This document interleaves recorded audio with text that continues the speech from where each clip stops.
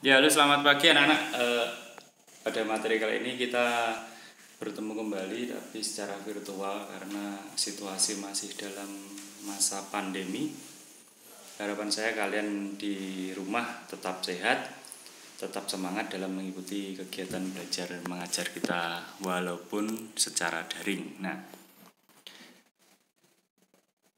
untuk materi kita kali ini tentang pertumbuhan perkembangan, saya hidden wajah saya saja ya, biar kalian nanti hanya mendengarkan suara saya. Oke, nah sekarang materi kita adalah pertumbuhan perkembangan. Nah, nanti apa saja yang akan kita pelajari? Yang pertama nanti kita pelajari tentang pertumbuhan perkembangan, nomor 1 itu, nomor 2 pada tumbuhan, kalau nomor satu tadi pada makhluk hidup, nomor 2 pada tumbuhan, nomor 3 pada hewan, nomor 4 tahapan perkembangan manusia, dan yang kelima itu kita belajar tentang metamorfosis maupun metagenesis. Nah, untuk pendahuluan coba kalian amati di sekeliling kalian. Kalian pernah tidak mengamati ada anak kucing di rumahmu, terus kemudian lama-kelamaan tuh kok jadi besar. Nah, atau kalau tidak kalian mengamati biji jagung, terus kemudian tumbuh sampai berbunga, berbuah, jagungnya dibakar. Atau kalau tidak, yang punya adik ini, adik bayi baru lahir itu kan masih kecil itu, lama-kelamaan kok jadi besar seperti itu, apalagi tambah tinggi, tambah berat. Nah, itu gimana itu? Ada juga kalau misalnya kalian lihat sesuatu yang biasanya ukurannya makhluk hidup ya, yang ukurannya kecil terus kemudian nanti bertambah menjadi besar. Nah, itu semua adalah proses pertumbuhan dan diikuti juga ada proses perkembangan di situ. Nah, untuk lebih detailnya seperti apa pertumbuhan dan perkembangan, kita lihat slide berikutnya. Jadi kita mulai dari pengertian pertumbuhan. Kalau pertumbuhan itu kan peristiwa perubahan ukuran. Nah, perubahannya itu bertambah besar. Nah, kenapa kok bisa bertambah besar? Ukurannya, volumenya. Nah, itu ada dua hal yang mempengaruhi. Yang pertama karena perbanyakan sel, dan yang kedua karena perbesaran ukuran. Jadi selnya tambah banyak, ukurannya tambah besar, sehingga dia menjadi kelihatan lebih besar. Dan sifatnya irreversible, tidak dapat balik. Sehingga kesimpulannya ya makhluk hidup kalau dia tumbuh besar ya tidak akan kembali kecil lagi. Terus yang kedua, pertambahan sel karena ada pembelahan itu terjadi secara terus menerus. Sedangkan pembesaran ukuran sel disebabkan oleh adanya penambahan material sel. Jadi kalau misalnya ada pembelahan sel, maka sel itu akan bertambah terus menerus. Terus kemudian kalau ada pembesaran ukuran, nah itu namanya dia mengalami penambahan material. Terus selanjutnya, pertumbuhan itu dapat diukur. Bisa dapat diukur dengan berat, panjangnya, atau tingginya. Nah, itu pertumbuhan. Sifatnya dapat diukur. Atau mungkin jumlahnya. Nah, biasanya kalau pada tumbuhan itu kan ada satu hormon namanya auksin. Auksin itu hormon untuk pembelahan sel, dan pembelahan sel menyebabkan pertumbuhan. Karena itulah alat untuk mengukur pertumbuhan atau tinggi tanaman itu namanya auksanometer. Jadi auksanometer itu awalnya dari kata auksin. Oke, kita lihat di sini gambarnya ada beberapa proses pertumbuhan. Jadi ada kupu-kupu, ada bayi juga itu. Nah, itu mulai dari bentuknya, mulai dari usia 0 itu janin kecil itu. Kalau kalian ingat foto kalian pada waktu janin mungkin seperti 0 bulan itu. Atau kupu-kupu, ada lagu telur, kepompong, ulat, kupu-kupu. Nah, lagunya saya sudah lupa tapi yaitu pertumbuhannya. Terus katak juga ada, mulai dari telur, berudu, kecebong. terus kemudian katak berekor berkaki, terus kemudian ekornya mereduksi. Nah, itu semua adalah proses-proses pada pertumbuhan. Selanjutnya selain pertumbuhan ini nanti akan diikuti oleh perkembangan. Nah, perkembangan itu adalah proses untuk menuju kedewasaan, menjadi dewasa. Menjadi dewasa bisa juga diasumsikan mulai dari tidak berfungsi menjadi berfungsi. Contoh bayi lahir itu pertama kali kan dia punya mata, tapi mata itu tidak bisa digunakan untuk melihat. Baru beberapa hari atau mungkin biasanya 30 hari itu dia baru bisa melihat. Nah, jadi proses mulai dari sebelum dia berfungsi sampai menjadi berfungsi, nah itulah yang disebut dengan perkembangan.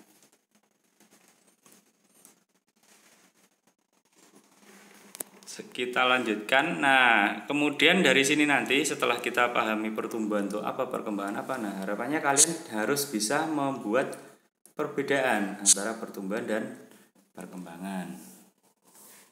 Pertumbuhan dapat diukur kuantitatif, kalau perkembangan tidak. Kalau pertumbuhan ada perubahan jumlah ukuran, nah kalau perkembangan biasanya tidak, hanya berfungsi saja, perubahan fungsi. Kalau pertumbuhan dapat dinyatakan dengan angka grafik, sifatnya terukur, kalau perkembangan tidak.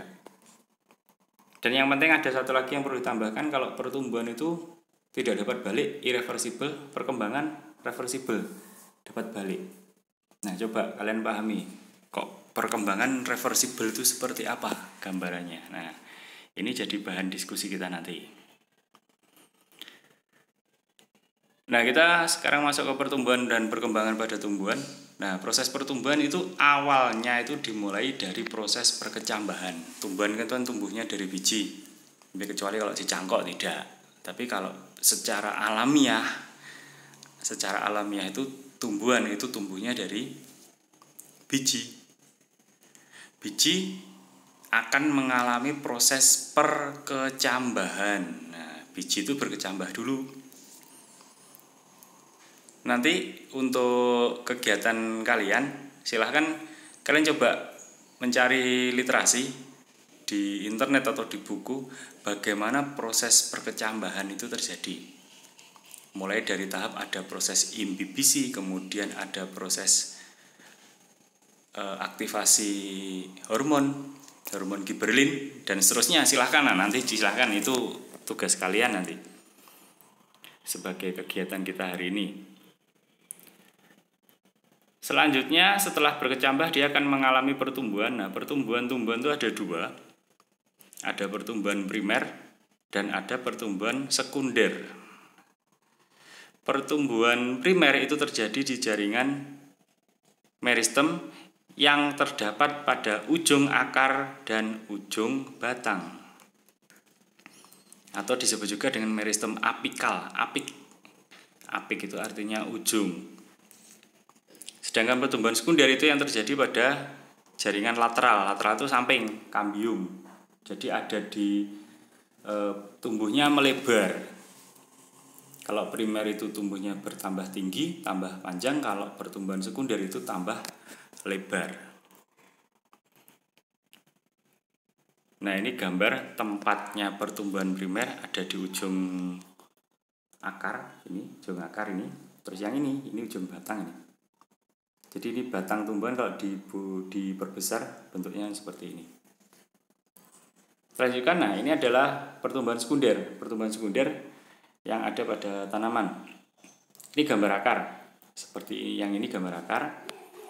Terus kemudian ini batang. Nah, untuk kegiatan selanjutnya juga tadi yang pertama kan tentang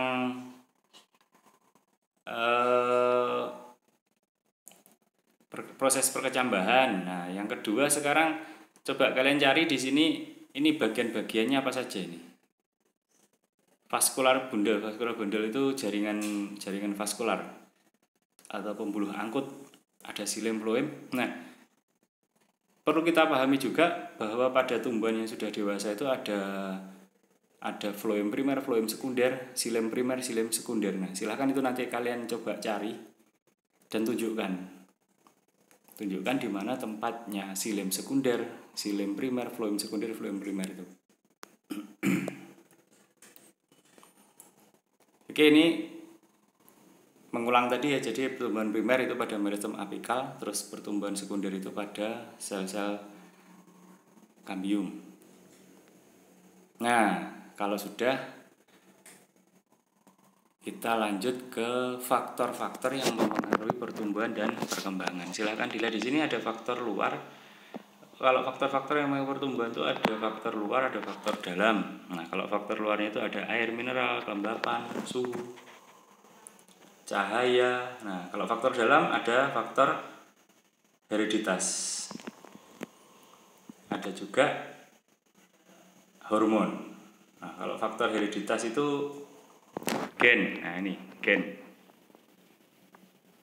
Kalau gennya itu tanamannya kecil ya tidak mungkin dia tumbuh jadi besar, itu tidak mungkin, itu karena faktor genetiknya. Kemudian ada hormon silahkan nanti coba digali lagi lebih dalam. Ini ada auksin, giberelin, sitokinin, gas etilen, asam absisat, florigen, kalin, traumalin. Trauma dapat menyembuhkan luka. Kalian kalau terluka nempel aja ke pohon, mungkin nanti bisa sembuh. Kan ada asam traumalin itu. Ya, ini bercanda ya. Saya kembali lagi. Nah, di sini saya ingin tambahkan ada terkait pengaruh faktor luar yang mempengaruhi tumbuhan, itu ada cahaya. Kita nanti akan praktikum sampai kita nanti mengerti apa yang namanya etulasi. Nah, ini kan ada etulasi. Sampai nanti kita mengerti apa yang namanya etulasi. Nah, selanjutnya fotoperiodisme. Saya fokus ke fotoperiodisme dulu aja. Jadi fotoperiodisme itu adalah respon tumbuhan terhadap intensitas cahaya dan panjang penyinaran. Kalau kalian pernah mengamati, biasanya jam 6 sore itu ada yang kondisinya sudah gelap. Kadang-kadang ada juga yang sudah terang, masih terang. Nah, itu yang mempengaruhi fotoperiodisme pada tumbuhan. Ada tumbuhan yang disebut dengan long day term, atau ada juga tumbuhan yang short day plane, long day plane dan short day plane. Kalau short day plane itu tumbuhan yang memperoleh cahaya atau memperoleh sinar lebih pendek daripada gelapnya. Kalau long day plane itu tumbuhan yang memperoleh cahaya lebih panjang daripada gelapnya. Nah, pengaruhnya apa? Pengaruhnya ada pada masa pembungaan. Karena itulah kita itu kadang menjumpai ada musim duren, musim mangga, musim jambu. Kenapa kok begitu? Karena masing-masing tumbuhan itu memiliki reaksi yang berbeda terhadap cahaya. Kalau short day plane berarti dia akan berbunga pada saat cahaya lebih pendek daripada gelap.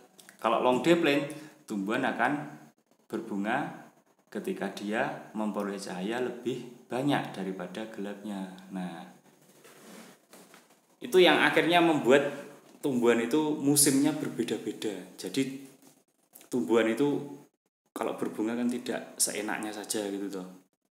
Nah, kecuali kalau kita bisa membuat semacam modifikasi terhadap cahaya. Nah, itu beda lagi. Itu kan berarti sudah faktor di luar alami.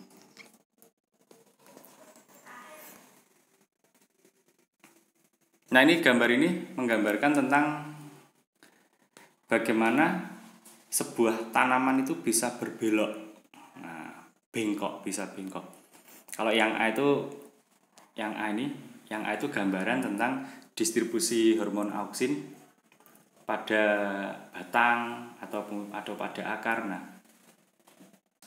sedangkan yang B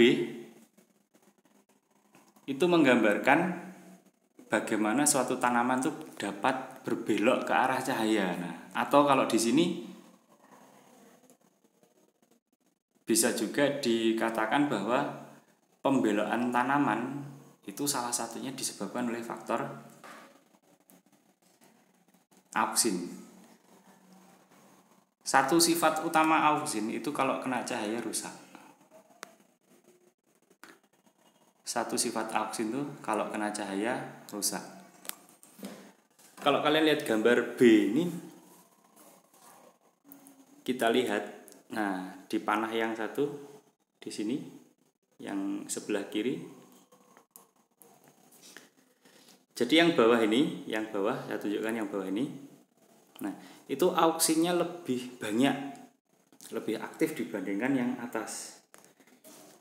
Sehingga karena adanya perbedaan aktivitas auksin, otomatis berpengaruh terhadap perbedaan pembelahan sel, kecepatan pembelahan sel, sehingga yang bawah itu kecepatannya pembelahan cepat, yang atas pembelahannya lambat, akhirnya jadilah berbelok. Nah, bagaimana dengan yang kanan? Nah, yang kanan berarti yang atas ini yang auksinnya lebih aktif, sedangkan yang bawah auksinnya lebih tidak aktif. Berdampak ke kecepatan pembelahan sel.